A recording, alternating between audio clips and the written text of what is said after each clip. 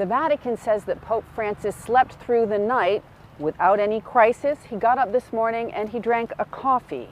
This is according to Vatican officials after what was a frightening incident yesterday when he had a coughing fit that caused him to vomit, and he inhaled some of the vomit into his lungs.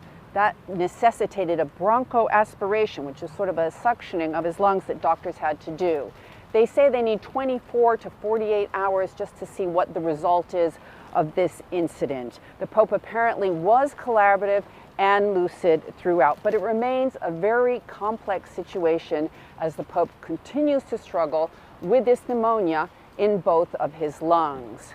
Cardinals continue to have rosary prayers for him in St. Peter's Square every night, and the faithful continue to come here to the Gemelli Hospital, where the Pope is staying on the 10th floor, to leave messages and candles and to pray for him at the base of the statue of John Paul II. Today it's raining, so there are not a lot of people coming, but there's been a regular flow for the past 2 weeks that the Pope has been here.